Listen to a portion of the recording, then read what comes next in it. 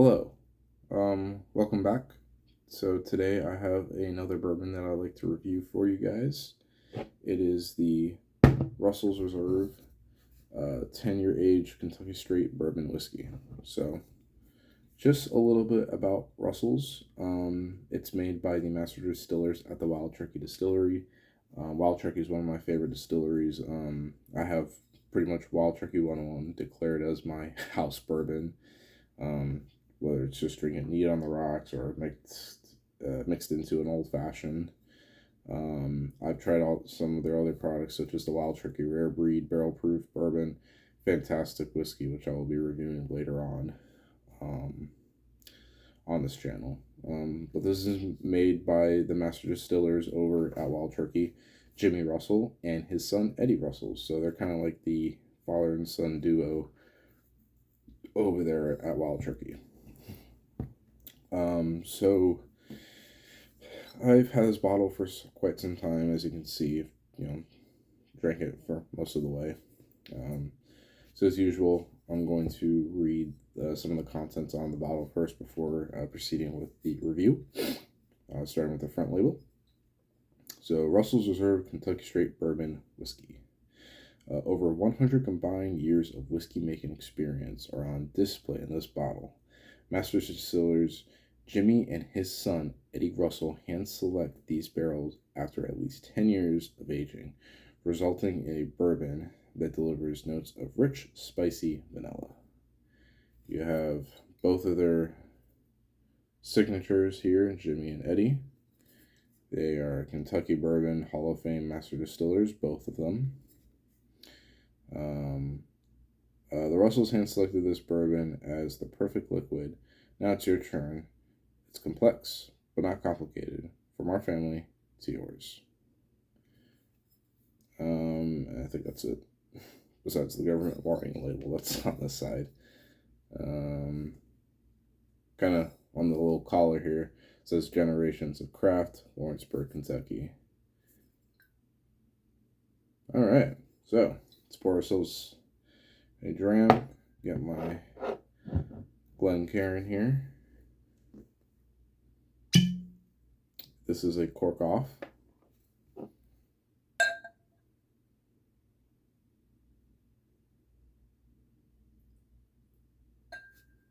Yeah, so that's good.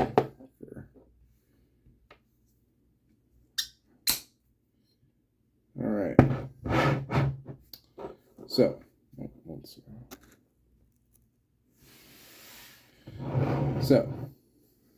I got my notes right here. As per usual, I taste these bourbons beforehand, write down the notes that I picked up, and if there's anything that I didn't pick up previously that I wrote down in my little handy dandy book over here, I will mention it. So, for the nose is quite pleasant. It's very sweet. A lot of sweet vanilla and caramel notes just going forward, accompanied by some of that aged oak and a little bit of some leather in the back. So not the most complex nose, other than it just being pretty sweet forward with some of that oak and leather.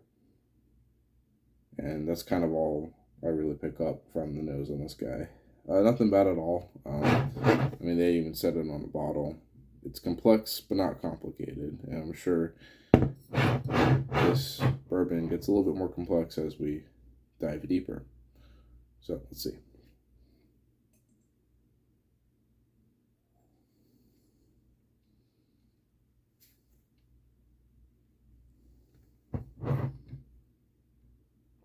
I guess I should have mentioned at the beginning, I usually do this, but this is a 45 ABV by 90 proof, so apologies that I forgot to mention it at the beginning.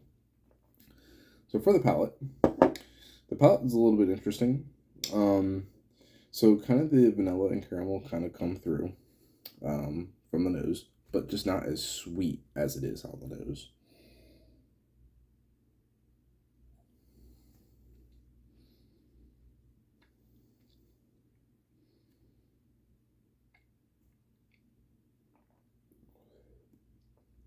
kind of after that, actually, I didn't write it down. I did write down that it's not as sweet, but I think that's the spicy vanilla that Jimmy and Eddie are mentioning on the label here. So there's that spicy vanilla and a little bit of a semi-sweet caramel notes, and followed by that, you can definitely taste the aged oak, aged seasoned oak, with a little bit of tobacco notes there. And towards the end of the palate, there is a hit of rye spice, which may be contributing to the spicy vanilla note. Let's do this. Examine this one more time.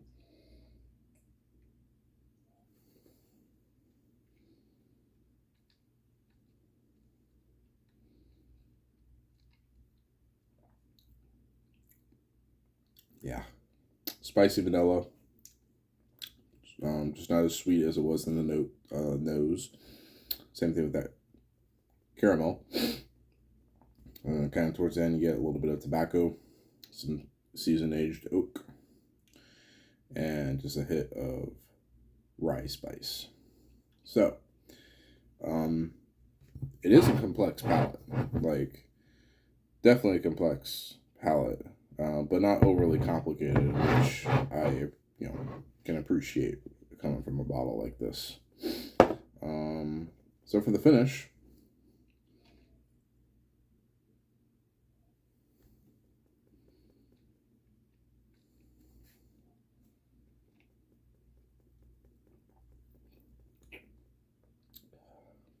okay, so here's the thing. The finish is not short, but it's not long either. It's kind of like a medium length. The finish is dominated by that rye spice that you first detect in the palate.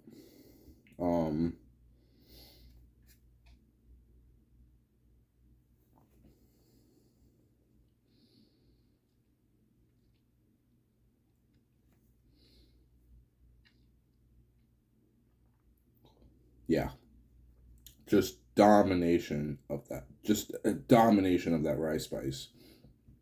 And as the finish is moving along the way, the tobacco and leather notes that come from the nose and the palate, they do carry over to the finish. And as that fades away, as well as with the rice spice, technically what I'm about to say, maybe the rice spice is hanging on a little bit. Kind of towards the end of the finish, you do pick back up on that spicy vanilla. So it's a medium length finish. The rice spice just dominates at the beginning of the finish. You get some tobacco and leather notes that carry over, and then just spicy vanilla all the way through till it fades away.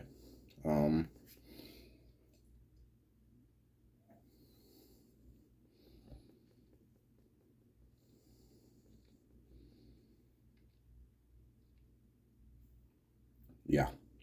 So, what do I think about the Russell's 10-year age? I like it. I did receive this bottle as a gift, so I did not buy it myself. I think it goes for around, I might be wrong, I think last time I looked it up, it was like $45 to $55. It's usually available, I think, everywhere. This is my local area, I think it is. Though, I will say, out of this bottle and some of the Wild Turkey, like just Wild Turkey branded stuff, labeled stuff that I've tried, such as the Rare Breed or even just 101, for example, I don't think this one is my favorite out of Wild Turkey or just Russell distilled bourbon. I do like that. Maybe it might just because I'm not really used to rice spice notes. I never been or never got the opportunity to explore primary rye bourbons. Just never really experienced that. Maybe that's an avenue I should go down and maybe revisit this bottle once I get some more experience with rye spice. Maybe I just don't appreciate it that much, but it's not bad. I mean, you can see I've drinking quite a bit of it, and all this has been neat. I haven't mixed this in a cocktail or anything. It's definitely a bourbon where if you don't want an overly sweet bourbon, kind of like the Penelope I reviewed the other day, the Penelope Barrel Strength. If you just want like a bourbon that's just not that sweet, but it's kind of like semi-sweet with a good amount of spice, hell yeah, this is it. It's great. You can taste the aged oak in it and all that. It's not overly sweet, and it's complex in terms of the palate, but it's not overly complicated, which is what they advertised on the label here. But for $45 to $55, and seeing that this isn't a bourbon that you're going to be bourbon hunting, because it's, at least in my local area, I can find this bottle relatively easy anywhere I go, any liquor store I go.